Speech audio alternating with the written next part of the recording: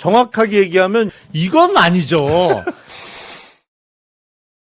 네, 기자 홍사원입니다. 금요일 홍사원쇼 홍쇼 시작하겠습니다. 자, 금요일은 홍쇼 확장판입니다. 세 분이 나오십니다. 오늘 먼저 김용남 전 의원, 신인규 변호사 먼저 나오셨고, 안녕하세요 두 분. 네, 안녕하세요. 취재 편의점 장윤선 정치 전문 기자가 지금 오는 중이랍니다. 그러니까 오는 대로 합류를 하기로 하고, 자, 뭐 하여튼 어제 또 판결 하나 나왔고, 조금 전에 그런데 또 곽상도 50억 클럽 곽상도 그렇죠. 여기도 지금 공소 기각됐어요. 그 50억 받은 아들은 이제 퇴직금으로 받은 거잖아요. 거긴 또 무죄 나왔고. 네. 요새 참 무죄 잠깐 많이 장윤선 기자 금방 오셨네. 막 시작했어요. 길을 또 들어가죠. 자, 그 50억 그거는 그러니까 곽상도 전 의원은 예. 기소가 공소권 남용이라는 취지에서 공소 기각이 된 아마 거고. 이중 기소라고 예, 하는 것 같아요. 그래서 예. 사실은 기소하는 검사 입장에서는 예. 무죄보다 더 치명적인 게 공소 기각. 저런 이유로 공소 기각 당하는 거죠. 아예 건이 안 되는데. 저거는 이 뭐랄까 문전에서 박대당한 거거든. 문전박대. 너는 야 이거 들어올 수도 없는 게 왜 들어왔어 그러고 그냥 문전 박대당하는 게 공소 기각이고 무죄는 안에 들어와서 내가 살펴봤더니 뭐 증거가 부족하다 그래서 무죄 나는 거라. 기소하는 입장에서는 무죄보다 더 치명적인 게 공소 기각인데 공소 기각 결정이 났어요. 이중 기소다 뭐 그러니까 재판부가 이게 뇌물이 아니라고 한 거 아니에요. 그러니까 아들한테 50억 준 것도. 네. 그러니까 이게 참 어려운 게 부자지간이잖아요. 예. 그러면 사실상 뭐 통상 우리가 부자지간에는 아버지가 갖고 있던 재산도 아들한테 증여를 하거나 뭐 죽으면서 상속이 되는 그야말로 경제적 이익 공동체 형태가 많죠. 그렇잖아요. 그렇죠. 네. 그래서 사실은 그 아들이 일단 월급이 얼마였는데 퇴직금이 50억이냐고. 그렇죠. 그러니까 그럼 이게 뇌물이 아니고 뭐야 그러면은? 아들이 퇴직금 50억 받았으면 아버지 입장에서는 야 이제 내 아들은 먹고 살만하니까 무슨 집 해줘야겠다 아니면 뭘 마련해줘야겠다 이런 걱정은 싹 사라지는 거지. 나보다 부자네 뭐 이럴 수도 있는 거고. 그러니까 이게 어제 판결하고 이게 오늘 판결하고 연달아서 막 이렇게 진짜 지랄이 풍년이다 보니까는 막 정신이 어질어질해 막. 요새 무죄 참 많네요. 아니 근데 그러니까. 저는 이 뇌물죄의 법리가 원래 이렇지 않거든요. 뇌물이라는 게 사전 수뢰, 뭐 사후 수뢰 다 있고 제3자 뇌물도 다 있어요. 그래서 굉장히 폭넓게 구성을 해놓고 있는데 지금 최근에 있었던 이제 어제 판결과 오늘 판결 이렇게 연타석으로 어처구니 없는 판결들이 지금 나오고 있어서 이 뇌물이라는 범위를 지금 사법부가 너무 협소하게 보거나 그 구속 요건 자체를 아주 자의적으로 지금 해석을 하면서 사실상 뇌물로 처리해야 될 것들을 지금 처리하지 못하고 있는 거 아니냐. 그럼 저는 이런 생각도 좀 드는 게 만약에요. 최순실이 지금 재판받았으면 어떻게 됐을까요? 그럼 무죄죠. 그러니까요. 그러니까 이게 완전히 법 적용이라는 게 진짜 코에 걸면 코걸이, 귀에 걸면 귀걸이식으로 되면요. 앞으로는 뇌물 주고 받아도 뭐 거기에 대해서 아들을 통해서 주든지 아니면 계약서를 또 안 쓰고 주든지 뭐 주고 나서도 선물이라고 우기든지 그럼 재판부가 다 받아주는 거예요. 그럼 대한민국은 완전히 뇌물공화국 되는 거 아니냐. 이 굉장한 저는 우려를 가지고 지금 지켜보고 있습니다. 지금 김건희 씨에 대한 1심 선고 우인성 판사 그리고 어제 있었던 명태균, 김영선 두 사람에 대한 무죄 판결 내린 김인택 판사 문제 그리고 또 뭐 앞으로 있을 지규현 판사 뭐 이런 등등 우리가 보면 납득하기 어려운 뭔가 하자나 기스 하나씩 다 갖고 있는 분들인 거잖아요. 그래서 그런 건지는 모르겠지만 국민들의 법감정하고는 전혀 이반되는 그런 판결을 내렸기 때문에 이거는 후폭풍이 진짜 어마어마하게 커질 것 같고 사실상 사회 초년생에 해당되는 수준이잖아요. 그 아들이 무슨 뭐 굉장히 뭐 경력이 많아가지고 특별한 무슨 능력이 있어서 그에게 퇴직금 50억을 줘야 될 만큼의 큰 업무 성과가 있었던 것도 아니었기 때문에 많은 국민들이 이거는 누가 보더라도 명백한 뇌물이다 했었는데 그 부분을 무죄로 해버렸으니 이걸 어느 국민들이 잘된 판결이다 이렇게 받아들일 수가 있겠습니까? 아니 근데 저는 뇌물죄 우리 의원님은 수사를 해보셨을 테니까 더 잘 아시겠습니다만은 뇌물의 구성 요건 자체가 수수 요구 약속만 해도 이게 성립이 될 뿐만 아니라 사전 사후 다 성립되고 1원 한 장만 받아도 뇌물이고 사실은요 우리 판례는 유무형의 모든 이익이라고 규정을 하고 있어서 뇌물죄 범위가 굉장히 오히려 넓어서 문제거든요. 와 근데 요즘은 그 넓은 범위를 다 어떻게 미꾸라지처럼 판사가 다 빼주고 있어요 지금. 뭐 계약서를 안 썼느니 뭐 어쩌느니 하면서 이거 좀 너무 좀 법리 적용이 잘못된 거 아닌가 저 그런 생각이 정말 듭니다. 아니 그러니까 이것도 공직자는 아버지고 그렇죠. 아들은 공직자가 아니야. 근데 이제 거기에 공모 관계를 입증할 증거가 없다고 해서 무죄가 나면 똑같은 구조죠. 사실은 부부지간에 맞아요, 우리 짜고 받은 거예요라는 자백이 나오지 않는 한 그러니까. 공모 관계를 입증할 증거를 어디서 찾냐고. 그러니까 뇌물죄는 폭넓게 그러니까 적용하는 거잖아요. 근데 사실상 이 지갑이 저 지갑이야. 그렇잖아요. 부부지간도 그렇고 부자지간도 마찬가지지. 마찬가지죠. 뭐 누가 봤던 그 양자의 모두의 이익이지. 그게 부부가 됐던 부자가 이익이죠. 됐던. 네, 그렇죠. 이익이죠. 그러니까 이런 식으로 뇌물죄에 있어서 공모관계에 대한 엄격한 증거를 요구하기 시작하면 사실은 공직자가 비공직자인 가족을 통해서 받으면 방법이 없다는 얘기거든요. 원래 이렇게 이게. 엄격하게 안 해요. 근데 이게 최순실 고위 때- 권력자들한테만 이렇게 엄격하게 하니까 권력자들은 참 뇌물대기가 굉장히 어렵다는 걸 우리 지금 다 눈으로 보고 있는 거잖아요. 근데 최순실 때는 그렇게 안 했잖아요. 공동지갑론으로 해서 공동지갑이라고. 묶었고 심지어 저는 기억나는 게 이제 그때 박근혜 이재용 뇌물 처리할 때도 묵시적 청탁, 뭐 암묵적 청탁 이런 얘기까지 썼어요. 이제 어느 모임에서 눈빛만 보고도 공모했다. 그러니까 뭐 그 판결에 대한 우리가 또 평석은 또 있겠습니다만은 대통령 권한 내지는 고위공직자의 권한이 클수록 이런 공모관계 같은 거 더 열어놓고 봐야 되는 게 맞는 건데 지금은 완전히 거꾸로 하면서 오히려 권한 많은 사람이 뇌물 받으면 더 빠져나가는 구조잖아요. 전 이거는 너무 좀 해도 너무한 거 아닌가. 근데 참 그 아이러니한 게 그 박근혜 최순실 이른바 공동지갑론으로 다 기소하고 구속하고 윤석열이었지. 유죄 나. 그게 이제 윤석열 한동훈 뭐 예, 이쪽 커플이잖아요. 거기 근데- 커플은 아니지. 아니, 사실상 커플처럼 움직였지. 커플이지 수사- 그때는. 근데 그때는 뭐 직권남용을 말도 안 되게 확대 적용해서 다 잡아놓고 그거는 뭐 나중에 무죄 난 것도 상당히 많습니다만 그렇게 무리하게 내지는 아주 그 창조적인 법 이론으로 기소했던 거에 대한 역풍으로 이익은 또 친윤 쪽이 다 보고 있는 거예요. 그렇지. 그렇지. 그렇죠. 사실은 제가 보기엔 요새 왜 이렇게 무죄가 많느냐. 어. 법원 판사들의 어떤 그때 너무 우리가 당했어. 휩쓸렸다, 당했다. 쏠렸다. 그때 그냥 보복이야 그러면은. 확 그 쏠리는 사회 분위기에 등 떠밀려 갖고 그냥 영장 막 내주고 네. 직권남용으로 영장 되도 않는 거 다 발부하고 뭐 공동 지갑으로 다 유죄 선고하고 이런 거에 대한 반발 내지는 이거가 저변에 깔려 있다고 봐요 저는 사실은. 근데 아이러니하게 그 수혜를 그래서 무죄 받고 이런 건 그때 막 무리하게 기소했던 그쪽 그렇죠. 편에 섰던 사람들이 지금 무죄 받고 혜택을 보고 있는 거야.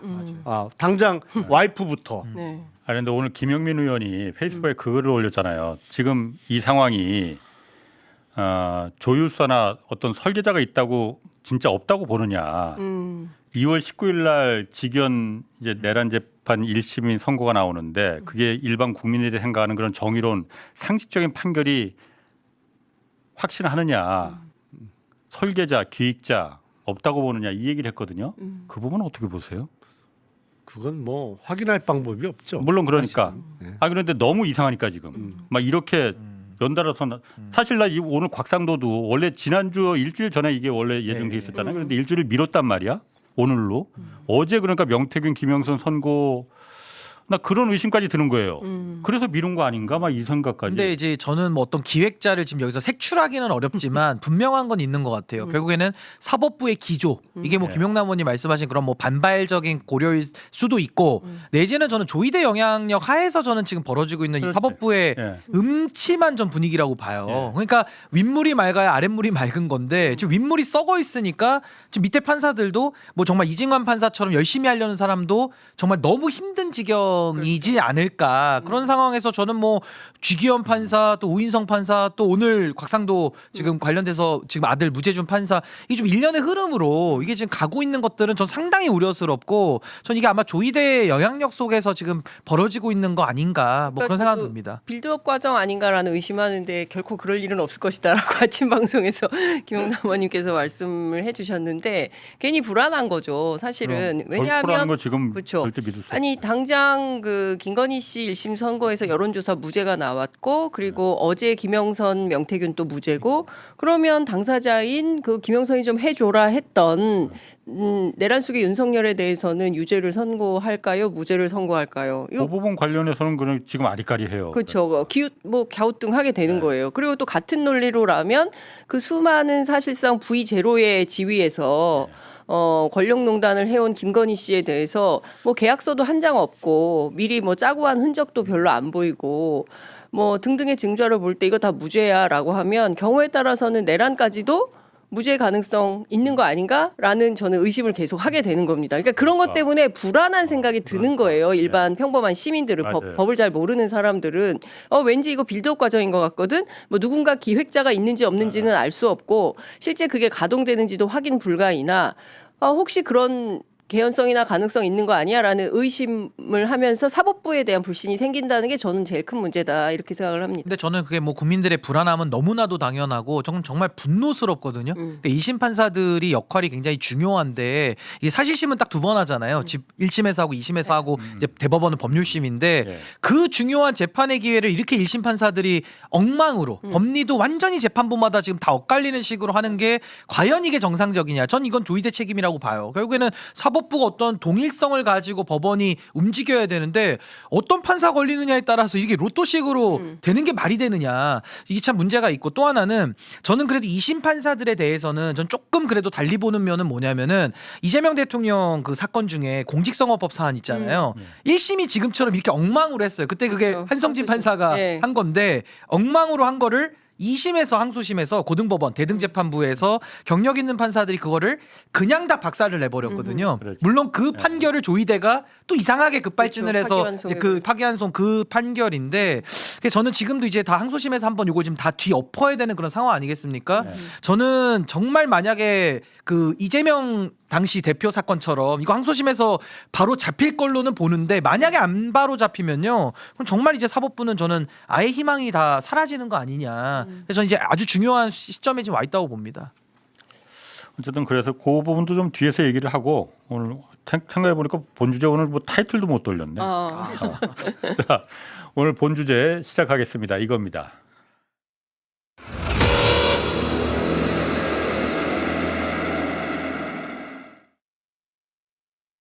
자, 일단 그 명태균 김영선 어제 그 1심에서 무죄 그 사유가 김건희 1심하고 비슷했어요. 그러니까 똑같았어요. 그러니까 이게 김영선 공천받은 게 정당한 그러니까 토론을 거쳐서 다수결로 정당하게 됐다는 거잖아요. 그렇죠. 정당하게 됐다는 거고 근데 일맥상통합니다. 네. 우인성 판사도 비슷한 맥락이에요. 투표를 통해서 결정했기 때문에 네.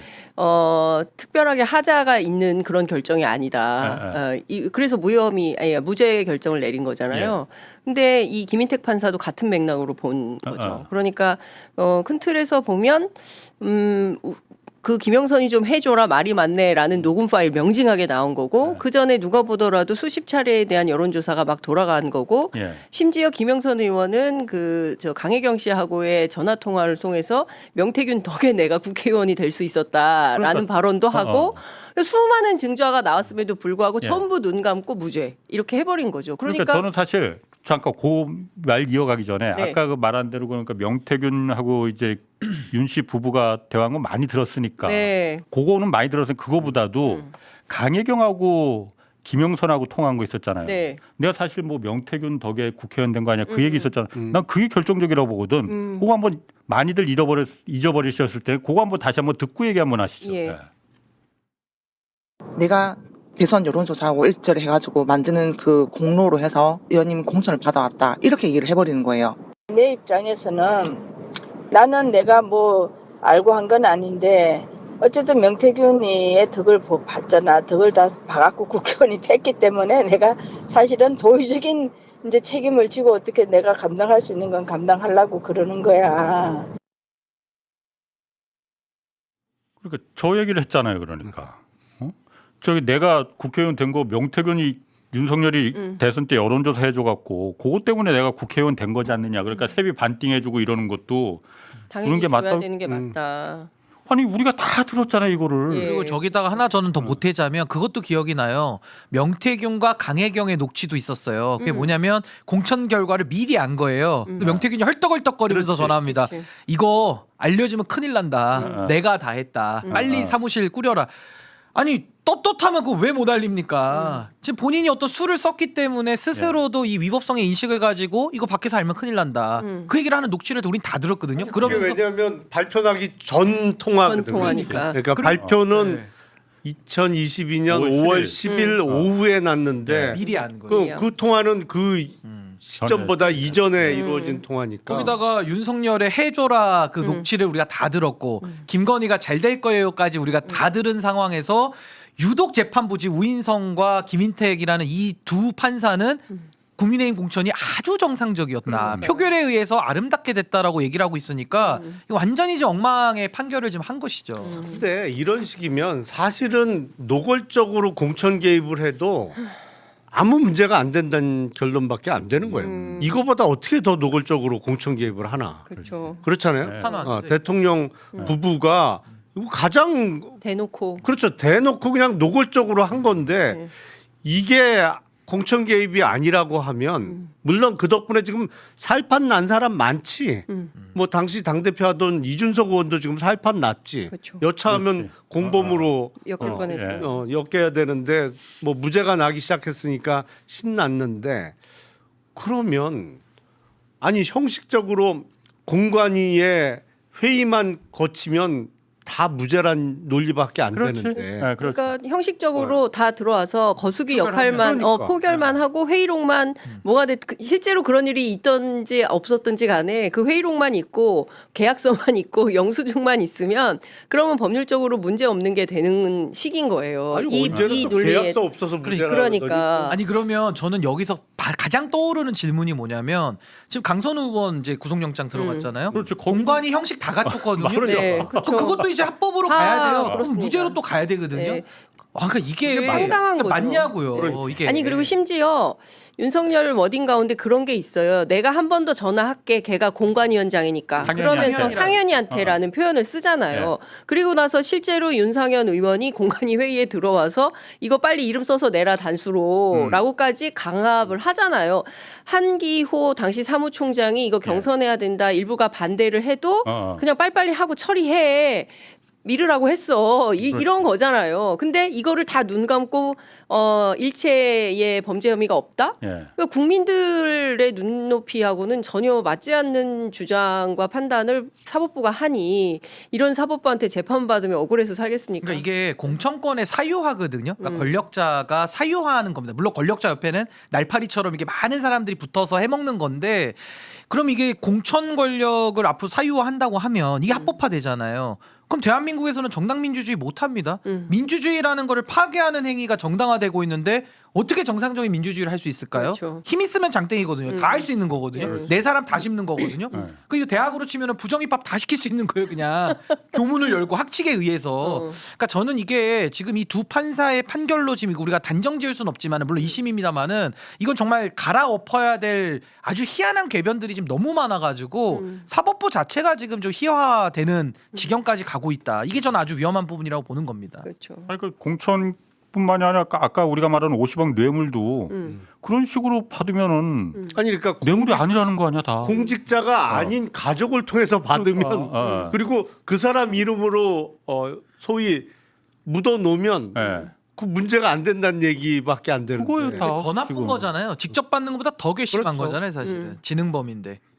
이 김영선 그 세비 반띵한 거 이게 그러니까 공천 대가 우리 다 지금 공천 대가로 녹취 다 들어보고서는 공천 대가로 다 그렇죠. 판단하고 있는 거잖아요. 이게 돈을 그러니까 안 받았을 뿐이지 어. 공천이라는 어마어마한 걸 받은 그렇지. 거잖아요. 네. 그러니까 자기가 역할을 했으니 예. 뭐더라 무슨 기획본부장인가 뭐 본부장으로서 명함까지 파가지고 총괄본부장. 총괄본부장 명함까지 파고 돌아다닌 거잖아요. 그러니까 끝전 한 푼까지 정확하게 반반 나눠야 된다. 반띵이다. 다 나한테 붙여라. 그게 녹취로 우리 다 있잖아요. 들었지. 예. 강혜경 씨랑 말한 게 그렇습니다. 이론도 틀리면 안 된다. 안 그럼 된다. 내가 가만 안 가만 안 놔둔다 뭐 놔둔다. 이렇게 했잖아. 예. 근데 이걸 갖다 판사는 김인택 판사는 정상적인 급여나 채무 변제금으로 볼 수 있다. 아니 사장이 사장 월급을 가압류한 거나 마찬가지야.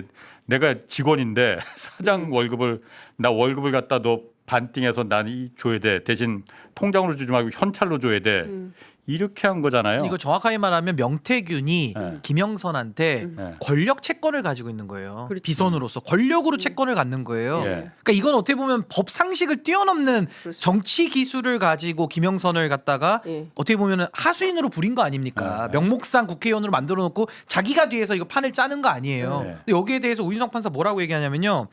이게 불법적인 금품이라면은 제3자를 통해서 전달하는 행태를 취하지 않았을 것이다. 이러면서 무죄 주거든요. 아니 보통 우리가 뇌물 줄 때 운전기사가 사과박스에 현찰 날려가지고 다 걸리는 거 아닙니까? 운전기사가 증언해가지고 유죄 나오는 거 아니에요? 근데 지금 이 판사는 이게 불법 자금이라면 이렇게 제3자를 통해서 줄 리가 없다. 그럼 통상의 뇌물죄는 어떻게 처벌해 온 거예요 지금? 아니, 말이 이거는 되는 논리를 우인성이 써야죠. 아니라 김인택 판사. 그러니까 김인택, 예. 김인택이 아까 지금. 우인성이라고 해서. 예. 네, 예. 김인택이. 아니 그리고 명태균 씨가 지속적으로 강조하는 게 뭐냐면 그게 윤석열이든 그게 김영선이든 다 말이라 그래요. 말. 판은 내가 짠다 그래요. 아, 장긴말을. 판은 내가 짜고 그 장기판에 놓인 말들이라고 하면서 하거든요. 예. 근데 이제 그렇게 공천의 영향력을 행사한 것은 또 맞다고 해요, 판사가. 그러면서 힘 있는 그렇지. 어떤 역할을 한 것은 맞는데 그렇다고 그래서 일해주고 돈 받거나 뭐 이렇게 한 거지 뭐 그걸 뇌물이나 뭐 정치적 대과 관계가 있었다거나 이렇게 볼 수는 없다. 예. 이게 앞말하고 뒷말이 연결이 되나요? 그러니까 저는 김인택 판사 서로 상호. 그렇게 말했어. 명태균의 활동에 어느 정도 영향을 끼쳤을 수 있지만은 네. 공천은 정상적으로 다수결로 결정됐다 공관위에서 어느 정도 영향을 끼쳤을 수 있지만은 네. 어느 정도 영향을 끼쳤으니까 지금 우리가 이걸 갖다 지금 2년째 지금 이렇게 하고 있는 거잖아요. 어느 정도가 그러니까. 아니고 결정적 영향을 끼쳤죠. 그러니까. 사실은 그게 예. 그 새벽같이 득달같이 대통령 당선인 부부에게 전화해서 김영선 공천을 부탁할 수 있는 사람이 대한민국에 몇 명이나 돼요. 솔직히. 아니 당선인 신분한테 전화할 수 있는 사람이 누가 있어요? 아니, 그리고 당시에 당대표가 이준석인데 이준석하고 밤 12시에도 카톡 할 수 있는 사람 누가 있어요? 그러니까 당대표 명태균이 그거 해가지고 그때 이준석이 때도 먼저 하죠. 네. 경선하라던데요? 네. 내부 정보를 또 줘요. 그러니까. 그래서 명태균이 전화한 거 아닙니까 그 다음날. 그러니까 예. 이런 지위에 있는 특수성을 갖다가 전혀 반영을 하지 않고 엉뚱하게 쓴 거예요. 봐주려고 지금 김인택 판사가. 그러니까 이게 말이 안 되는 이게 거죠. 조율사가 이게 없을까? 나 그 의심이 근데 저는 자꾸 어떤 의심이 드냐면 그냥 빌드업의 과정 예, 그리고 그러니까. 또 다른 측면에서는 그냥 이거는 완전한 저의 뇌피셜인데 이진관 판사가 국민들한테 엄청나게 칭찬을 받았잖아요. 그리고 저런 판사가 있어서 그나마 다행이다, 안도감이 든다라는 것에 대해서 그밖에 다른 판사들은 그게 또 싫었나? 그래서 자기들만의 세계를 구축하고 이런 결정문 판결문을 쓰는 건가? 뭐 이게 그러면 우리가 참- 지금부터 19일에 대한 그러니까 마음의 준비를 해야 될 것 되나요? 같은 정말 19일에 대한 마음에 아니 벌써 인사가 났더라고요. 맞아요. 인사가 나서 북부로 간다라는 건데 수원 지규현 네, 지규현 지규현. 부장판사는 예. 북부지법으로 가는데 예. 뭐 이 윤석열 판결 끝내고 근데 아니, 판결을 근데- 안 할 근데 의원님은 그거를 딱 그 2월 19일 선고잖아요. 2월 20일 날 아마 오전에 이임식하고 그날은 한다는. 근무를 안 해요. 그러니까 19일이 마지막 날이야. 23일자 발령일자 23일. 아니 그러니까 20일 날 지금 어, 중앙지법에서는 이제 이임식. 떠나는 빠이빠이를 예, 하고 23일부터는 출근. 서울 북부로 출근하는 거지. 19일 날 그러니까 판결이 선고를 안 할 수 못할 수도 그게 있다는 마지막 날이에요. 거예요? 그러니까 그날 하면 되는 거 아니야? 아니 근데 그날 윤석열 아플 수도 피고인이 있잖아요. 아프실 달날 수 예정이면 있고. 안 나오고 네. 그러면은 어. 아예 안 나오더라도 그냥 강제 인체 노력을 하다가 안 나오면 그냥 판사가 없이 피고인 없이 그냥 선고할 수도 있다면서요. 아니 그게 이제 가능은 하다면서. 입증이 돼야 돼요. 안 나올 만한 내용. 그러니까 못 나올 만한 상황이다. 확실한 저- 상황. 그리고 이제 불출석에 정당한 사유가 없다는 거 하고 지금 강제 구인이 불가능하다는 게 나와야 예. 그 걸석 상태에서 있지 않은 상태에서 선고를 할 수 있거든. 예를 그래서 들어서 뭐 홀딱 벗고 막 발버둥 치는 것도 그러면 그 들고 나올 수 없는 상태로 입증이 될 수 있는 거 아니에요? 그러면은 그거는 그 정도로는 안 되나? 아니 그래서 3시로 잡은 이유가 네. 그렇게 발버둥 칠 그러니까. 경우에 1시간 안에 끌고 나올 수 있다. 네, 그래서 네. 그 시간을 계산한 게 2시나 2시 10분 통상 그렇게 저 재판 시간이 잡히는데 네. 윤석열 같은 경우에 3시로. 3시로 잡힌 네, 게 네. 아마 그런 이유 아니겠느냐라는 추론이 있죠. 그러니까 이게 사법 신뢰가 다 이루어져서 이런 그러니까요. 불신이 계속 나올 수밖에 없는 거죠. 제가 보기엔 뭐 그런 깊은 뜻이 있는 것 같지는 않고 그냥 그런 생각이 그런 의견들이 많던데. 그래요. 아니 네. 점심 한 시간 먹고 늦춘 게. 점심 먹고 약간 졸리니까 2시 하면 아니 보통 2시 했잖아 지금. 보통은 다. 2시요. 안 졸려고 3시로 근데 만약에 예를 들어서 만약에 그러니까 정말 만약에 그런 상태라면은 그 다음에 이임식도 미뤄야지 그러면은 23일 발령인데 이임식 있다고 나 아니. 청구 안 할래 이거는 선배 상식적으로 된 게 거의 없기 때문에 고의대 내란숙에 대법원 관련해서는 진짜 지랄이 풍년이다. 진짜. 아니 근데 저는 이 조이데 코트가 있는 한 계속 이런 일들은 반복적으로 나올 수 있을 것 같아요. 이게 2027년 6월까지 임기가 지금 남아 있거든요. 그러니까 그때까지는 정말 이 본질이 지금 해결되지 않는 거기 때문에 정말 조이대 리스크를 어떻게 정리할지 그게 저는 좀 관건 아니냐 그런 생각이 중요한 듭니다. 거는 이렇게 황당무계한 판결을 해도 아무런 책임을 물을 수가 없잖아요. 판사는 그냥 판결로 말하고 또 다음 사건 넘어가면 그뿐이고 우리가 아무리 김인택 판사가 뭐 부당하게 막스마라 코트를 95%나 할인된 금액으로 받았는데 그 부분에 대해서 왜 아무도 문책하지 않느냐라고 그토록 얘기해도 약식 기소됐더라고 오늘. 그냥 끝. 그게 네. 약식 기소가 됐어. 그리고 지규현 세관원은 판사도 마찬가지잖아요. 그냥 지규현 판사도 그렇죠. 네. 그러니까 이 사법부의 이 기가 막힌 상황에 대해서 아무도 무슨 문제 제기를 해도 마이동풍이니까 그거 자체에 대해서 많은 국민들은 좀 헛헛한 거죠. 근데 막스마라는 여자 옷 브랜드 아니에요? 남자 옷도 있나 봐요. 남자 옷이 있어요? 아니 그 사진 뉴스타파에 나온 사진 보니까 그건 여자 옷이던데 그러니까 본인이 입을 게 아니고 선물하려고. 선물할 하는 거 그러니까. 아닙니까? 어. 근데 그러면 따져봐야지. 아 브랜드 잘하시네. 아니. 뭐 받아봤나 봐. 아니 그게 아니고 막스마라는 여자 옷으로만 그래? 저는 알고 있어요. 아 남자 옷은 없어요? 어. 아니 있는지 없는지 확실히 모르겠는데 어. 하여튼 몰라. 저는 잘 없어요. 몰라요. 저는 네, 이거 처음 없는데 들어요. 그냥 여자 브랜드로만 알고 있었는데 네. 비싼 코트. 네. 여자 옷을 샀다면 최종적인 도착지가 어디였을까? 확인해 와야 된다. 확인해봐야 돼. 집으로 갔겠죠 집으로.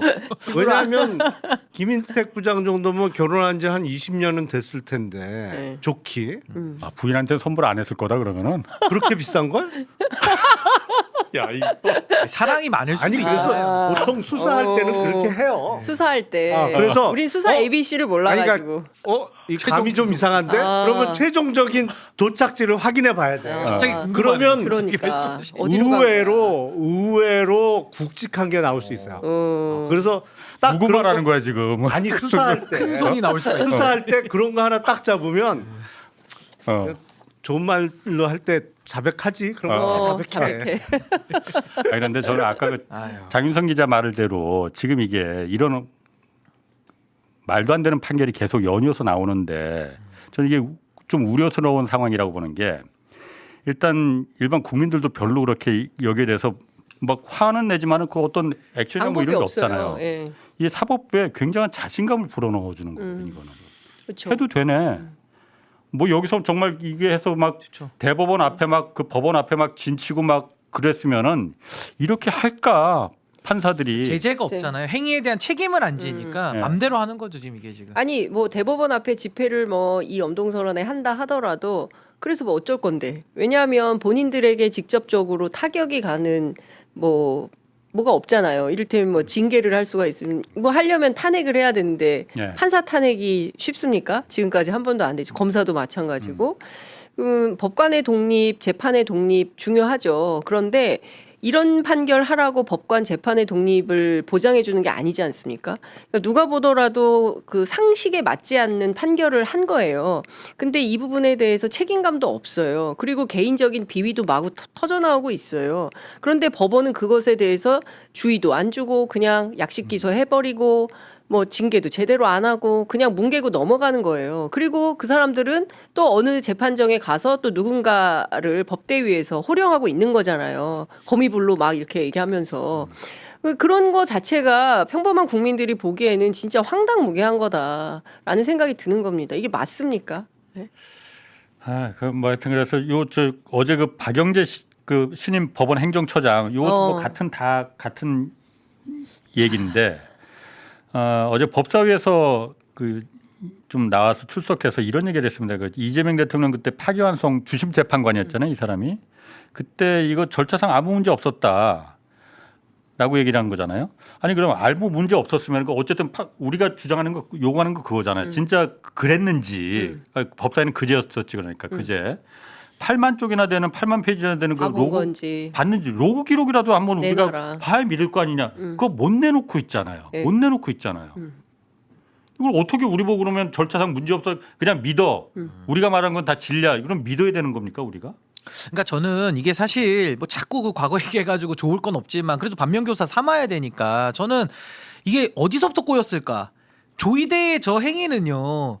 있을 수도 없고 있어서도 안 되고 앞으로 있어서도 안 되는 아주 정말 이 사법부가 정치질을 직접적으로 했다라고 지금 의혹을 받는 거예요. 네. 그러면 사법부의 정치행위라는 건 우리가 선례가 없죠. 처음 보는 광경이거든요. 근데 여기에 대해서 우리가 그냥 대선도 치렀고 뭐 내란 정리하고 하면서 그냥 유야무야 여기까지 와버린 거예요. 그러다 보니까 조이대의 저 무시무시한 정치행위까지도 우리가 규제를 못하다 보니까 그 아래로는 판사들이 뭐 법리를 꼬고 뭐 이상하게 적용해서 봐주고 이건 너무 쉬운 거예요 지금. 그래서 저는 이게 사실 사법부를 바로잡아야 되는데 전 문영배 대행께서도 그 말씀하셨잖아요. 휴먼 에러와 시스템 에러가 있다. 근데 휴먼 에러에 대해서 다 우리가 뽑아서 할 필요는 없고 휴먼 에러가 확실한 거 있잖아요. 예를 들면 조이대 사건, 지기현 사건 이런 것만이라도 저는 엄정하게 우리 사회가 단죄하고 국회가 나서서 이거는 전례가 없는 일이니까 자꾸 뭐 전례가 없어서 못한다. 이런 전례가 없잖아요 사법부가. 그러니까 이거를 엄단을 했으면은요. 저는 우인성이나 김인택 같은 사람도 눈치 본다고 봐요. 우리가 그 주유소 습격 사건 있잖아요. 한 놈만 패는 거야 한 놈만. 여러 명 팰 필요도 없어요. 근데 그걸 안 하고 넘어오니까 아니 판사가 어떻게 정치질을 합니까? 근데 그거부터도 우리 사회가 관용을 베풀다 보니까 판사들은 간땡이가 더 부을 수밖에 없는 거예요. 해도 아무 일도 못 하는데 더 하자 이렇게 되는 거거든요. 그러니까 저는 지금도 뭐 어제 국회에서 새로 신임 법원 행정처장한테 저 얘기를 했는데 저는 이제 국회에서만 저렇게 계속 확인만 하는 건 반복적인 건 저는 의미는 없다. 적어도 저는 국회가 한번 이 사법부에 대해서 개혁을 세게 말한다면은 개혁에 앞서서 정말 잘못된 부분은 뭐가 잘못됐고 거기에 상응하는 책임은 어떻게 물을 것이냐. 전 여기에 대해서도 확실하게 이거를 매듭짓지 않으면은 2027년 6월달 조이대 체제 내까지는요 계속 전 이런 논쟁이 따라올 수밖에 없다고 저는 봅니다. 예전에 양분남 의원님이 그런 얘기한 적이 있어요. 윤석열 사전에 포기란 없다. 근데 사법부도 그런 것 같아요. 고시공부 오래 하신 분이라 그런지 조이대 대법원장도 사실 저렇게 하면 안 되죠. 왜냐하면 파기환송심 결정에 대해서 전 국민이 사실상 국민들의 투표권을 빼앗으려고 했던 어마어마한 정치 도발을 한 거였기 때문에 그리고 그 당시에 주심 판사였던 박영재 대법관을 이 보란 듯이 법원 행정처장으로 보낸 거예요. 네. 그렇기 때문에 국회에서는 이거는 국회에 대한 도발이다. 네. 조이대 대법원장에. 그러니까 즉각 임명을 철회해라라고 요구를 했어요. 그런데 저렇게 온 거거든요. 그래서 그 자리에서 국회 법사위 차원에서 굉장히 많은 그 민주당 의원들이 세게 그만두라고 문제 제기를 했지만 본인 뭐 다소 눈빛도 흔들리고 목소리도 떨리고 그러긴 했으나 이걸 그만둘 생각은 1도 없어요. 근데 더 기가 막힌 것은 저렇게 국회 법사위에서 난리가 났지만 유튜브에서는 슬라이스 영상이 많이 나왔는데 우리 신문들은 거의 보도를 안 했어요. 그냥 온라인에서 좀 쓰고 지면에는 보도가 거의 안 됐어요. 이제 그런 정도로 워낙 뭐 합당이나 이런 정치 무슨 정쟁 이슈가 커서 그럴 수도 있는데 어느새 저렇게 잊혀져 가고 있는 거다. 저는 이게 굉장히 위험한 시그널이라고 생각합니다. 자, 기본적으로 그러니까 통상적이지 않은 건 분명해요. 아무리 우겨도 지금 이 판결들 아니 아니요. 그러니까 조이대. 그 조이대 조의대 그러니까 그 파기환송 그 선거법 위반 파기환송이 그게 예. 1심이 유죄였잖아요. 그렇지. 예. 2심이 전부 무죄가 무죄 났잖아요. 그러면 1심과 2심의 결론이 정반대로 난 거잖아요. 이거는 기본적으로 심층 분석 사건이에요. 그거는 쉽게 처리할 수 없는 사건이야. 왜냐하면 아무리 2심 판사라고 하지만 1심 판사가 결론을 낸 걸 2심에서 완전히 뒤집었으면 대법원에서 이거는 깨알같이 봐야 되는 사건이에요. 이게 1심 무죄, 2심 무죄면 대법원도 쉽게 결론 낼 수 있어요. 그래도 가끔 뒤집히는 경우가 드물게 있습니다만 아니면 1심 유죄, 2심 유죄면 또 쉽게 유죄 확정돼요. 근데 1, 2심의 결론이 정반대로 이렇게 뒤집힌 사건은 대법원에서도 재판 연구관들이 눈이 빠지게 봐야 되는 사건이거든요. 이른바 심층 분석 대상이란 말이야. 근데 이거는 1, 2심 결론이 똑같은 사건보다 훨씬 빨리 그렇지. 예. 판결이 났단 말이에요. 그러니까 이거는 매우 이례적인 건 틀림없지. 법원 행정처장이 국회에 나가서 정상적인 절차라고 우기지만 이런 예를 하나라도 갖고 오라 하면 못 갖고 와요. 이거는. 그래서 어제 그 박영재 법원행정처장도 전현희 의원이 계속 그걸 물어봤어요. 그러니까 심층 분석이 심리를 해야 되는데 8만 페이지 진짜 봤냐? 봤어야만이 유무죄를 갖다 뒤집힌 사건을 갖다 다시 유죄로 파기환송시키는 거 아니냐? 그 부분에 대해서 답변한 거 눈빛이 흔들렸다고 하는데 눈빛이 흔들렸는지 한번 보시죠. 손이 좀 떨리던데. 8만 페이지 기록 다 읽었습니까? 저는 기록을 다 필요한 범위 내에서 좋습니다. 종이 기록 8만 페이지 다 읽었습니까? 저희가 기록을 필요한 범위 내에서 다 봤습니다. 종이 기록 8만 페이지를 다 읽었습니까? 하고 제가 여쭙는 겁니다. 거기에 대해서 yes 아니면 no라고 답을 하십시오. 다 답변을 드렸습니다. 그 부분에 대해서. 종이 기록 8만 페이지를 읽었다는 답은 안 하셨습니다. 대법원 상고심은 사실관계에 관해서 원래 보기 않습니다. 네, 답을 하시고 해명을 하시라고 필요한 범위 내에서 다 읽었다는 답변을 드립니다. 근데 저는 저 장면 보면서 국민들께서 얼마나 지금 분노하시고 답답하시겠어요. 문제가 해결이 안 되잖아요. 문제는 분명히 있는데 해결이 안 돼요. 그럼 저는 이런 생각이 들어요. 문제가 분명히 있고 아까 김용남 의원도 말씀하셨고 저도 인정하고 모든 국민들이 봤거든요. 배당이라는 절차, 그 절차를 지켜서 사법부가 특히나 형사재판에서의 절차는 목숨만큼 중요한 겁니다. 근데 그걸 다 어겼고 더 심각한 거는 전 정치 개입이라는 게 너무 심각해요. 아니 사법부의 정치 개입은 있어서도 안 되고 있을 수도 없고 앞으로 발생해서도 안 되는 일인데 그렇죠. 그 선례가 지금 대법원장을 중심으로 나와버렸단 말이에요. 그것도 대선에 개입을 하는 정치 개입이에요. 어디 지방선거에 개입하는 것도 아니고. 그럼 이 선례가 없으니까 안 한다는 게 전 너무 답답한 게 이런 조의대가 있었냐는 거예요. 이런 윤석열이 있었습니까? 윤석열이 1년 전부터 내란을 기획했다고 하는데 그 1년 전이면은 2023년 12월이에요. 그때 조의대 임명한 거예요. 1년 전에 임명한 겁니다. 조의대를. 그러네. 근데 이런 내란 인사가 정치행위까지 하고 내란 진압을 지금 사실상 방해하고 있는데 명백한 법 위반에 대한 것도 우리가 책임을 못 묻는다? 그럼 대한민국 국회는 왜 있습니까? 아니 대법원장에 대해서 우리가 아무리 집회 나가고 아무리 여기서 떠들어 제껴봤자 저는 이제는 거의 공허하고 허탈해질 지경이에요. 왜냐하면 제 답답함은 뭐냐면 국회가 만약에 과반 의석이 없어요. 그러면 답답함을 참아야죠. 근데 대법원장도 탄핵까지 열어놓고 국정조사를 하고 탄핵까지도 열어놓고 가면 대법원이 저렇게 나올까요? 못 나오죠. 그리고 국회가 할 수 있는 권한이 있거든요. 능력이 있단 말이에요. 그럼 저는 뭐 자꾸 여기에 대해서 역풍이나 이런 쪽으로 갈 게 아니라 이해가 안 되면 이거 어디서 정리합니까?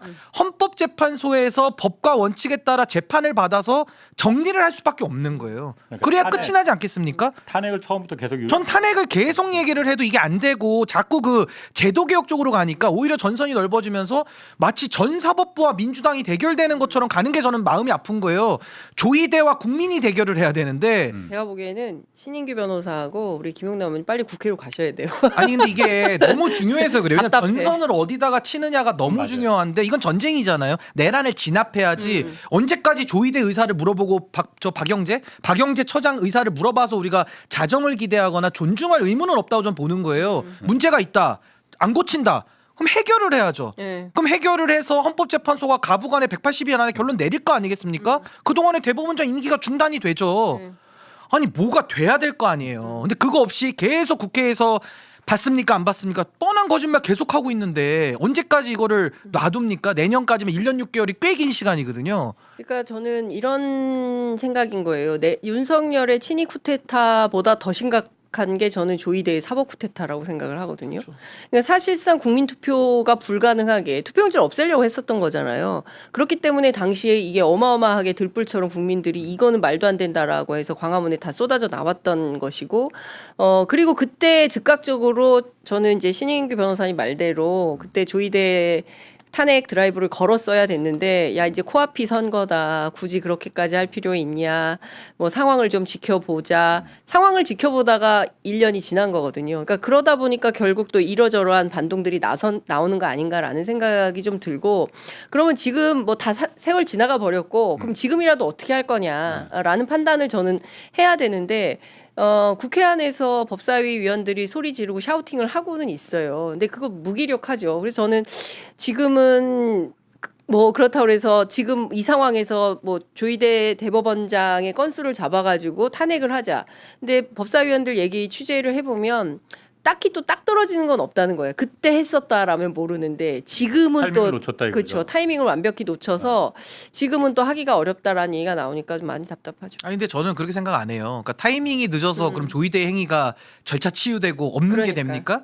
윤석열의 내란은요 100년이 지나도 내란은 내란이고 단죄해야 되는 거예요. 그 유럽에서는 죽을 때까지 진압해요. 그렇죠. 아니 90살이어도 진압을 해요. 가서 종신령 내립니다. 그러니까 저는 뭐 시간이 지났으면 뭐 얼마나 지났습니까? 저는 그런 식으로 시간이 지나서 못한다. 이거 조금 저는 현실 회피적인 좀 약간의 비겁하게 저는 보는 것이고 전 이렇게 했으면 좋겠어요.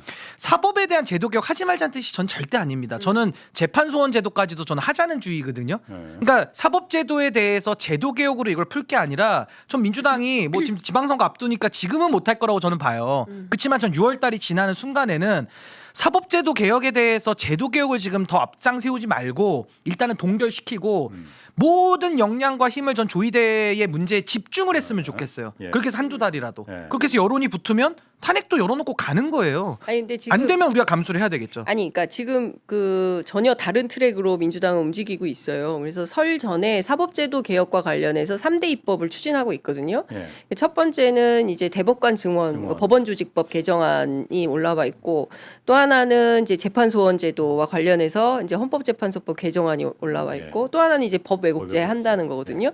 이 3종 세트를 명절 전에 처리를 하려고 하는 거예요. 네. 그렇게 되면 민주당은 다음 주부터는 또다시 이제 필리버스터 전국이 될 거다라고 예상을 하고 있어요. 그래서 어떤 측면에서 보자면 지금 신 변호사님이 얘기한 거하고 전혀 다른 트랙으로 제도 개선으로 가고 있다. 거기에다가 지금 중수청법, 공소청법 이거 설치법도 통과를 시켜야 되거든요. 그래서 이제 이렇게 흘러가는 거다. 근데 제가 한 말씀만 드리면요. 저 2월에 뭐 통과한다고 치고 대법관 증원하면요. 달라집니까? 아니 저는 제일 답답한 게 그거예요. 대법관 증원하는 거 저도 좋아요. 다양하게 했으면 좋겠는데 지금 대법관을 누가 제청하죠? 대법원장이 제청하는 거예요. 대통령이 물론 임명하기 전에 국회가 동의는 하지만은 대법원장이 제청을 하는데 지금 숫자를 늘려줘봤자 그게 무슨 의미가 있을까 저는 싶어요, 솔직히.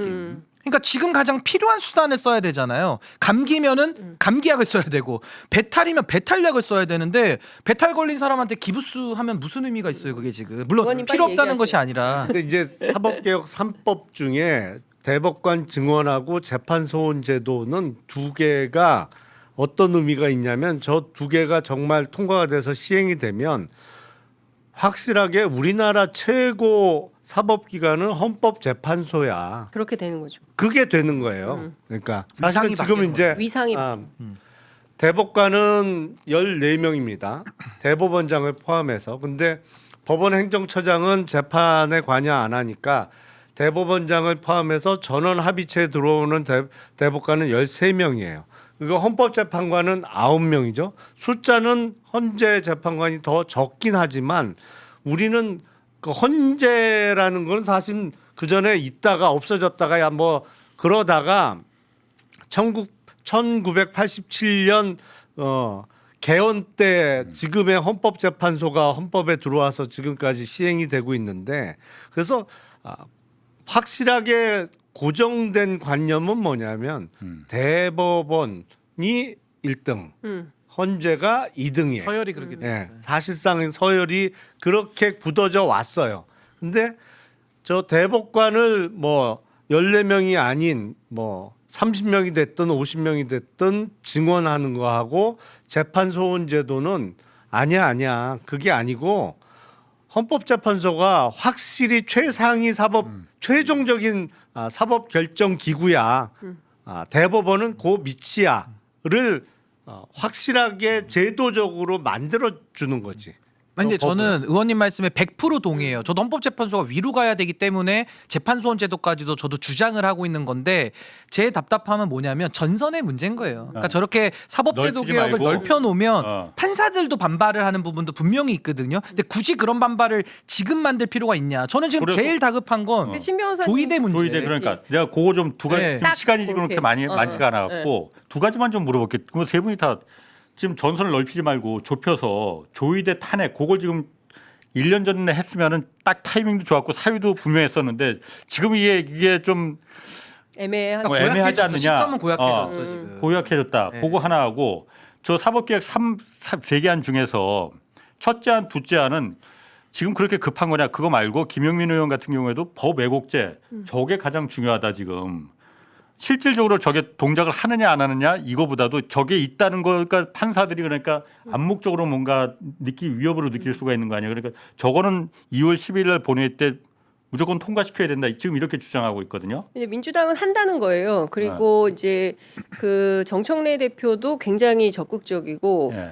또 제가 청와대 취재해 보면 대통령도 대표 시절에 법 예. 왜곡죄 같은 거 필요하다라는 얘기를 했는데 또 민주당의 일부 중진들은 저게 오히려 독화살이 돼서 민주당에게 돌아올 수 있다. 그러니까 정권이 이제 천년만년 민주당만 하는 게 아니라 정권이 교체됐을 때 예를 들어서 뭐 민주적인 판결을 했던 이진관 판사 같은 사람들을 법 왜곡죄로 역으로 기소해서 또 재판 이렇게 나중에 하려고 할 때 그렇죠. 생각해서 뭐 그런 얘기를 하는 그런 생각하면 그런 아무것도 그 못하지. 중진들도 있어요. 그래서 근데 예. 지금 그 얘기할 때가 아니다라고 얘기를 하고 예. 또 그 김용남 의원님처럼 좀 길게 보고 장기적 관점에서 전략적인 판단을 해야지 지금 뭐 이거 하나저나 다 따지면 어떻게 하냐라는 얘기를 하는데 하여튼 얘기가 좀 길어졌는데 상황은 그렇다. 그러니까 김영남 의원은 어때? 저도 사실 법 왜곡죄는 처음에는 좀 너무 나가는 거 아닌가 생각했는데 지금 1년에 최근에 막 한 일주일 전에 어질어질한 판결들 보니까는 있어야 되겠는데 이 생각이 들더라고요.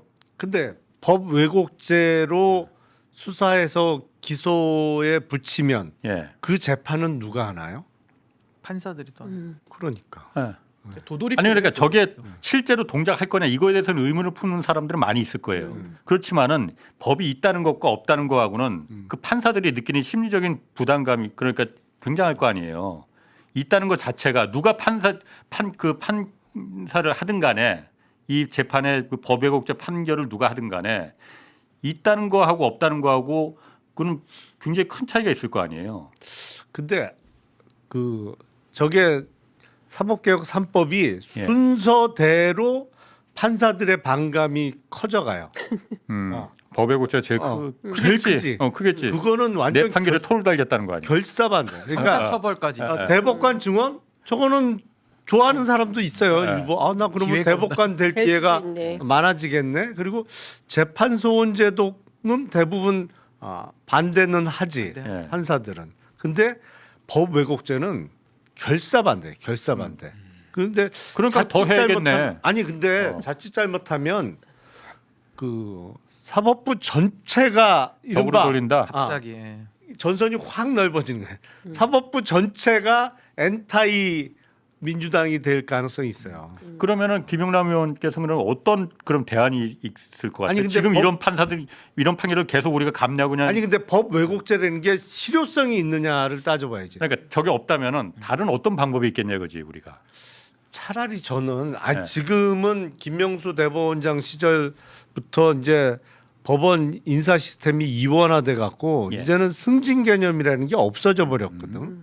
근데 옛날엔 이제 연차가 차면 고등부장 승진을 해야 돼. 그렇지. 고등부장 승진이 안 되면 네. 대부분은 이게 이제 내가 못 뽑고 이른바 나간다. 이제 좀 평가가 안 좋구나. 네. 그래서 거기서 옷을 벗고 나가거나 아니면 뭐 연차가 아주 많음에도 불구하고 고등부장이 안 되고 지방 법원 부장으로 계속 예. 정년까지 가는 사람도 드물게는 있었습니다만 대부분에는 그 승진 문턱에서 좀 정리가 됐어요. 예. 근데 이제는 그게 개념이 없어져 갖고 뭐랄까 아무 꺼리낌이 없어. 근데 어떤 조직이나 기관이라는 게 이 순환이 돼야 되거든. 그리고 일정 부분 평가가 이루어져서 그게 인사에 반영이 돼야 돼요. 네. 근데 그 시스템이 없어진 거야. 네. 그러니까 아무리 야 이거 판결 이상한데 다른 법관이 봐도 판결이 이상해. 근데 그 사람이 아무런 지장이 없어. 직장 생활하는 데 있어서 뭐 승진 개념이 없어지니까 승진에 누락될 일도 없어. 역으로 생각하면 이게 좀 인사에 반영되는 시스템 적어도 판사가 이상한 판결을 하면 판사를 오래 못하게 되는 시스템이 다시 복원돼야 되는 거 아닌가라는 생각이 들어요. 그거는 너무 좀 실효성 가능성 없는 얘기 같아 지금. 아니요. 지금 당장이 급한데 지금. 아니 근데 그러니까. 저도 이렇게 짧게만 말씀드리면 이게 평시와 전시를 저는 구별을 해야 된다고 보는데 전 지금은 전시 상태가 저는 안 끝났다고 생각이 들어요. 근데 지금 전시 상태인데 평시 상태에 쓰는 방법을 쓰면 또 안 맞잖아요. 그러니까 저는 제도 개혁하지 말자는 뜻은 절대 아니고 전 제도 개혁을 하자는 주의자인데 동시에 뭐냐면 결국에는 지금 이 조이대라는 사람을 놔두고서는 너무 무력하거든요. 합법적으로 권한을 쓰고 있으니까. 그렇지. 그러니까 전 여기에 대해서는 첫 번째는 저는 이재명 정부에서 전 공수처 정상화를 빨리 시켜야 된다고 생각해요. 공수처가 저는 기능을 지금 해야 된다. 물론 법 왜곡죄도 좋은데 네. 이게 전체 판사를 전선으로 전 적으로 돌리는 건 안 좋다고 생각해요. 네. 오히려 핀셋으로 조이대와 국민의 전선을 만들어야지 민주당 대 법원 전선 만드는 게 저는 가장 안 좋다고 보거든요. 근데 지금 저 제도 개혁으로 지금 전신 대 평시 전략을 쓰는 거는 저는 지금 거꾸로 가고 있다고 보는 거고 하지 말자는 게 아니라 그럼 지금은 공수처 정상화를 시켜서 판사들도 실질적으로 저는 영장이 쳐 들어가는 게 하나가 필요하고 두 번째는 판사들이 가장 뭘 무서워할까요? 제일 두려워하는 게 전 법왜곡죄가 아니라요.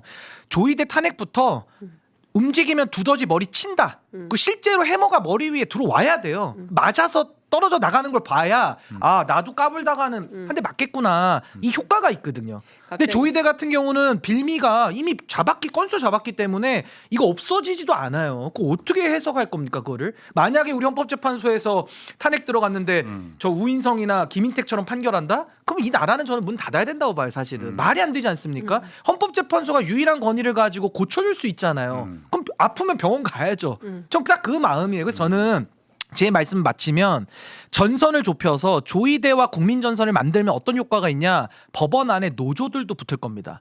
그리고 법원 안에 조이대와 기득권 윤석열 사단들 제외한 나머지 판사들이 붙을 거예요.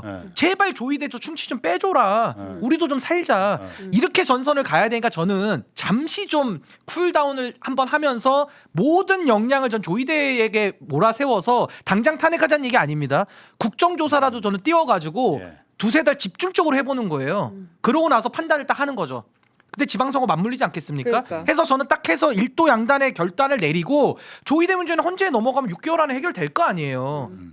해머를 안 쓰는 순간 저는 아무리 어떤 제도 개혁이나 뭘 해도 전혀 저는 판사들이 직접적으로 이 목에 칼이 들어오지 않는 한은 저는 움직이지 않을 거라고 봅니다. 오늘 텐션 좋은데. 전 좀 답답해서 그래요. 박수. 저 이 얘기를 2년째 요즘 하고 있기 때문에. 신인규 만세. 욕 많이 먹던데. 저는 뭐 요즘에는 요게는 이제 다 토탈했습니다. 저는 이제 요즘 뭐 많이 쓰더라고. 초월했습니다. 예. 요새 골고루 욕 많이 먹어요. 근데 저는 저도 많이 오해하진 먹어요. 않으셨으면 좋겠어요. 전 사법 개혁을 하자는 주의예요. 하자는 주의자입니다. 저는. 아니 그렇죠. 그 진심을 누가 모르겠어요. 그런데 사실 신인규 변호사 저 얘기한 지가 한 1년이 넘었어요. 그러니까. 그런데 뭐 되는 게 없으니까 계속 저 얘기를 하는 건데 그때 타이밍을 진짜 놓친 것 같아요. 그러니까 10월 전에 썼어야 돼요. 예. 10월 전에 직위원을 그때 했었어야 뭐그 돼요. 얘기는 이미 해봤자 소용없는 의미는 소용이 거고. 없죠. 뭐. 아. 예. 목 놓아 얘기했으나 뭐 그러니까. 점점. 자, 뭐 이제 그 얘기는 이제 거기서 정리를 하고 다음 주제는 좀 어쨌든 지금 민주당 합당 아, 예. 이거는 지금 어떻게 돼가는 겁니까 지금? 블랙홀이에요. 블랙홀. 블랙홀. 모든 이슈를 다 빨아들여요. 그러니까 이 유튜브에서 제가 지금은 댓글 창을 안 보고 있는데 어떤 얘기를 해도 댓글창에 압도적으로 많이 올라오는 거는 합당 찬성 반대예요. 네. 모든 문제에 어느 쪽이 더 많이 블랙홀이에요. 올라요? 둘 다 많이 올라와요. 둘 다. 정말 쉴 틈 없이 올라오는데 3주차예요. 3주차 취재를 해보면 첫 주차, 둘째 주차 그리고 이번 주 이제 오늘 금요일인데 그 계속 온도가 달라져요. 그래서 일부 댓글에는 장윤선 왜 말을 할 때마다 달라지냐 너는 이렇게 비판을 하시는 분도 계시는데 왜냐하면 취재할 때마다 내용이 달라지니까. 근데 어쩔 수 없는 건데 종합을 해보면 이런 것 같습니다. 일단 이 절차가 틀렸다. 이 절차, 그러니까 아무리 좋은 일도 아무리 좋은 것도 절차를 이렇게 하면은 이건 안 되지. 그러니까 제가 보기에는 8, 90%의 여론이에요. 그러니까 아무리 합당이 좋다 한들 그거는 됐고 그건 나중 문제고 과정을 말이야 이렇게 하면 어떡해. 이게 제일 큰 분노의 핵심인 것 같아요. 그거 좋다 이거예요. 그러면 절차와 과정에 대해서 정청래 대표가 사과를 하고 지금 경청의 기간이잖아요. 그래서 제가 오늘 그 지도부 인사 만나서 물어봤어요. 그럼 경청은 언제까지 합니까? 라고 하니까 경청도 그럼 뭐 시간을 정해놓고 하란 말입니까? 이제 이렇게 약간 다소 이렇게 좀 반응이 나오던데 정청래 대표 입장에서는 충분히 설득을 하고 싶은 것 같아요. 사람들을 만나서 다 이렇게 일일이 하지 못한 것에 대해서 미안하다. 그러나 이것은 뭐 대응이 가야 되겠다. 뭐 이제 이런 얘기를 하는데 지금 반대쪽에서는 아무것도 하지 마. 그러니까 당장 끊어. 뭐 여론조사도 돌리지 말고 합당 추진과 관련된 것도 아무것도 하지 마. 그런데 또 오늘 아침에 동아일보에서 또 문건이 툭 나왔잖아요. 그러니까 이 나온 문건에 대해서 대표도 사실은 몰랐고 제가 취재해 보니까 사무총장 라인에서 사무총장 라인에서 실제로 하게 되면 어떤 일이 있는지를 실무 검토를 해본 문건에 불과하다. 이제 이렇게 얘기가 됐고 유출에 대해서는 뭐 조사를 해라라고 지시를 했는데 그러니까 이게 또 다른 전선으로 옮겨 붙고 있는 상황이 되는 겁니다.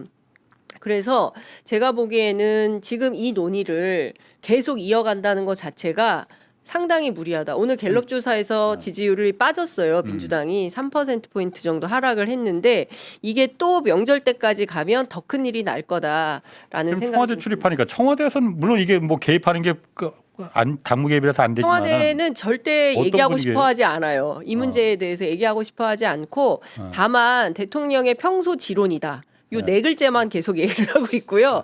그 밖에 다른 것들에 대해서는 언급 자체를 공식적으로 하고 싶어 하지 않고 그러나 이제 비공식 라인으로 이렇게 저렇게 취재를 해보면 어떤 얘기가 있냐면 대의는 맞다. 그런데 방식이 그렇다고 해서 이런 식으로 추진하는 것은 점점점이지 뭐 이런 정도의 얘기가 나옵니다. 뭐 오늘 그러니까 2차 종합특검 그 전준철 민주당에서 추천한 전준철 이제 검사 출신 전준철 변호사 대신에 조국혁신당 추천 권창영 변호사가 임명됐잖아요. 그래서 그럼 이게 대통령의 의중이 그거 아닌가? 이렇게도 해석도 받은데. 그건 아니래요. 그건 아니고 네, 뭐 공식 입장은 나왔는데 그 수사 의지 뭐 이런 거 이제 높이 봤다는 거고요. 뭐 개인적으로 취재를 해보니까 대단히 엄격한 분이래요. 그리고 헬렐레들에게 마상 주는 스타일이다. 마음의 상처? 권창영 변호사. 그러니까 일 똑바로 안 하면 엄청 세게 이렇게 한대요. 그래서 굉장히 엄밀하게 수사해서 성과를 내고 마침표 찍을 분이다라는 이제 그 법조 후배들의 평가가 있습니다. 그렇게 돼야지 이번에. 그리고 무엇보다도 이제 이 2차 특검에서는 검찰이 또 주요한 수사 대상이 될 수밖에 없기 때문에 그래서 검찰 출신이 아닌 법원 출신을 임명하는 거 아닌가 싶어요. 아니 그리고 이제 야당 추천이잖아요. 조국혁신당 현재는 야당이니까 예. 대통령께서는 자꾸 민주당이 추천한 특검에서 한다 이런 논란에는 아마 빠지고 싶지는 않으셨을 수도 있다. 그래서 전 조국신당이 야당인가요? 현재 기준으로 아, 본인들은 기준으로. 집권 야당이라고. 네. 아니 그래서 저는 조국혁신당 범여권 아닌가요? 네, 추천한 분을 전 선택한 배경도 일부 작용했을 수는 있다라는 생각이 들고 저는 이 합당 관련해서는 딱 하나 이게 지금 가장 제1의 우선순위인가를 전 한번 물어봤으면 좋겠어요. 국민이든 정부든 민주당에게든 뭐 여론조사 나왔잖아요. 조국혁신당에게든 아니라고. 전 이게 1순위는 아니라고 생각하는데 지금 1순위가 돼 있는 건 좀 잘못됐다고 생각하고 지금의 1순위는 뭐냐 아까 우리가 얘기한 대로 조이대를 처리를 어떻게 할 거냐 이런 게 1순위로 와야 되고 이진관 재판장의 위로부터의 내란 이 판결문을 전 국민이 돌려 읽어야 돼요. 그리고 법원 노조의 목소리도 더 우리가 경청해서 듣고 평판사들 얘기도 더 들어주고 그러고 나서 이재명 대통령 지지율 저는 그 히딩크 감독이 했던 얘기 있잖아요. 나는 아직 배고프다. 저는 좀 아직 배고프거든요. 63% 나오면 많은 분들 박수치지만 전 정말 안타까운 게 대통령님 실력이나 조금만 여건만 받쳐주면 전 한 70에서 75%도 나올 수 있다고 전 생각하거든요. 근데 그 지지율을 만들어내면 우리가 조금 저렇게 막 정말 국민들께서 지금 불안해하시고 힘들어하시는데 저는 많은 도움이 될 수 있다. 그래서 저는 정부 지지율을 올리고 민주당 지지율도 더 끌어올려야 되는 게 현재의 과제라고 저는 보는데 그 국면에서는 지금 합당 이슈가 저는 정청래 대표께서 1월 22일에 이걸 던졌는데 저는 이거 가지고 더 끈다는 것은 저는 오히려 이 전선에 저는 크게 저는 좀 간섭이 될 수가 있다. 그래서 저는 결자 해지를 해주시는 게 좀 가장 맞지 않겠나 저 그런 생각이 듭니다. 정청래 대표가 전 걷어들이는 게 맞다고 생각해요. 그러면은 당 대표를 계속 할 수 있나? 근데 이제 당 대표의 거취 문제는 다시 한번 뭐 의총이든 뭐 간략하게라도 그 의견을 다시 한번 물어봐야 되겠습니다만은 저는 리더십이라는 거는 수습하는 것도 전 리더십의 부분이라고 생각해요. 위기 관리까지도. 그러니까 저는 지금은 나름의 이 수습을 제대로 하지 않으면은 더 어려워질 수가 있기 때문에 매우 지금 리더십이 필요한 상황이다. 저 그렇게 만약에 합당 논의를 지방선거 이후로 연기하자라고 정청래 대표가 결단을 내리면 당 대표직에서 물러나는 상황은 안 만들어질 거예요. 선거 잘 치러 더 이기자 이렇게 나올 거예요 아마. 저 오늘 이제 김용남 의원께서 말씀하신 게 진짜 공감이 많이 됐는데 그 중도 보수 전략을 민주당이 썼잖아요. 그래서 사실은 이제 중도 민심이 물론 이제 탄핵 이전에 그러니까 비상계엄 이후에 중도가 민주당을 지지하는 쪽으로 상당히 많이 왔고 지금 이재명 대통령의 국정 지지율도 중도가 상당히 많이 받쳐주고 있는 이런 상황이어서 지금 이번 선거는 이재명 대통령 1년에 대한 평가 성격이 굉장히 크기 때문에 큰 틀에서 대승을 해야 이게 정권에 또 힘이 실리는 측면이 있잖아요. 그래서 지금은 사실 대외 관계도 그렇고 뭐 국내 경제 문제도 그렇고 민생도 그렇고 해야 될 일들이 많아서 이쪽으로 집중하는 게 맞지 않냐라는 얘기를 택시 기사님들이 해주시더라고요. 그러니까 싸울 거 가지고 싸우면 우리는 좀 이해를 하겠는데 이걸 가지고 이렇게 머리 뜯고 싸우는 게 말이 됩니까?라고 오히려 저한테 물어보셨어요. 그래서 대중의 민심은 부동산, 코스피 뭐 주식 이런 데로 가 있는 거잖아요. 그래서 거기에서 멀어지면 안 된다. 그러니까 과도하게 정치 고관여층의 관심사인 1인 1표 합당 뭐 이런 거로 골몰하고 있어서 오히려 대중과 괴리되는 그런 정치를 하고 있는 거 아닌가에 대한 경종이 좀 울릴 필요가 있겠다 싶습니다. 싸울 거는 지금 따로 있는데 엉뚱한 거 그렇죠. 내란 청산이 안 됐잖아요 아직. 아유. 오늘 세 분. 왜? 아유, 나중에 막걸리나 한잔 합시다. 한숨이 그냥 확. 네, 그러시죠. 자, 장윤성 기자, 신인규 변호사, 김용남 전 의원이었습니다. 고맙습니다, 세 분. 네, 감사합니다. 감사합니다.